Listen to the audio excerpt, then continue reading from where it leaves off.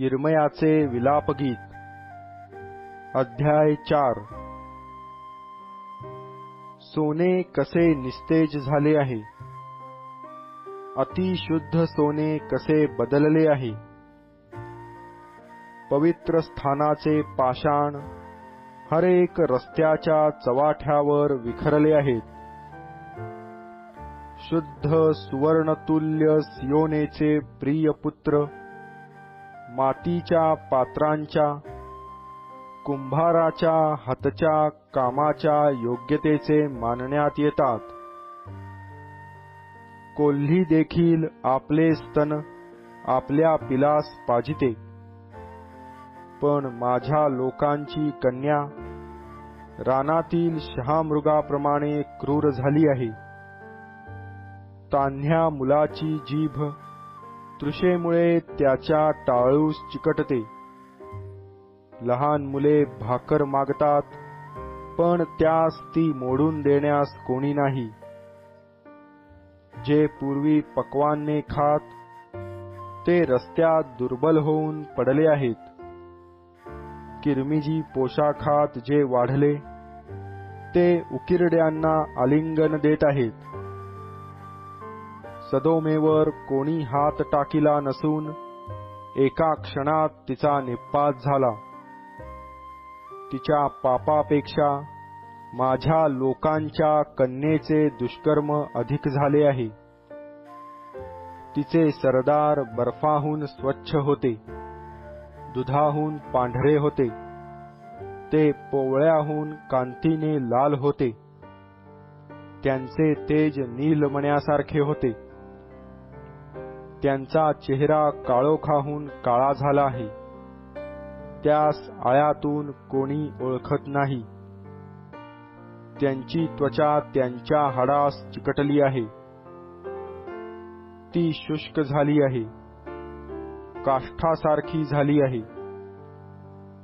क्षुधेने मारिलेल्यांपेक्षा तरवारीने मारिलेले पुरवले, कारण शेताचा उपज नसल्यामुळे ते व्याकुळ होऊन क्षय पावतात। कोमल हृदय स्त्रियांच्या हातांनी आपली अर्भके शिजवली, ती माझ्या लोकांच्या कन्येच्या विनाशसमयी त्यांचे खाद्य झाली। परमेश्वराने आपला क्रोध पूर्ण प्रगट केला आहे, त्याने आपला संतप्त क्रोध वर्षिला आहे। त्याने सियोनेत अग्नी पेटविला आहे, त्या अग्नीने तिचे पाय भस्म केले आहेत।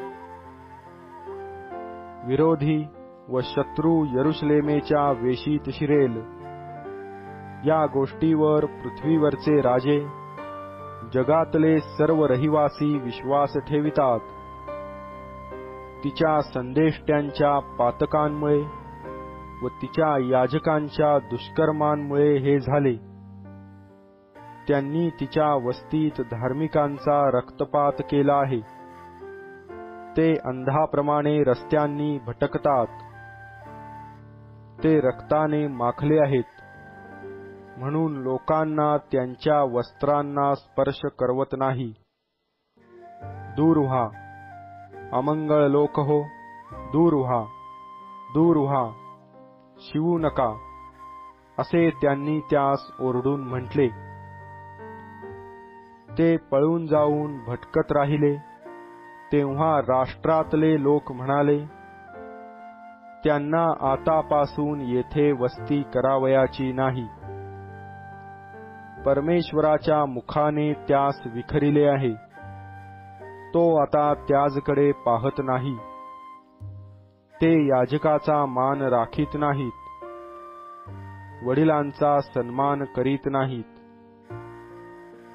आमचे डोळे निरर्थक सहाय्याची वाट पाहून शिणले आहेत।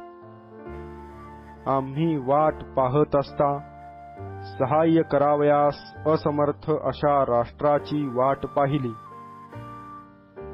ते आमच्या पावलांच्या मागोमाग असतात, म्हणून आम्हास आमच्या आळ्यात फिरवत नाही।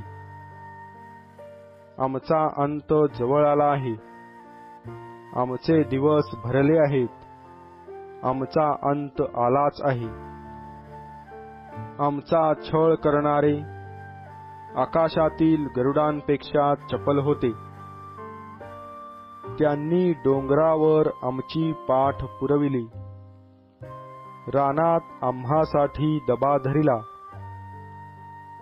परमेश्वराचे अभिषिक्त जे आम्ही, त्या आमच्या नाकपुड्यांचा श्वास त्यांच्या गर्तेत अडकला. त्याच्या संबंधाने आम्हास वाटले होते की त्याच्या छायेखाली आम्ही राष्ट्रामध्ये जीवित कंठू. ऊस देशात राहणाऱ्या अदोमाच्या कन्ये, आनंद व हर्ष करून घे. पेला तुझकडेही येईल, तू मस्त होऊन आपणास नग्न करीशील. हे सियोन कन्ये, तुझ्या दुष्टाईचे शासन आटोपले आहे, तो तुला आणखी पकडून नेणार नाही. हे अदोम कन्ये, तो तुझ्या दुष्टाईचा समाचार घेईल, तो तुझी पातके उघडकीस आणील.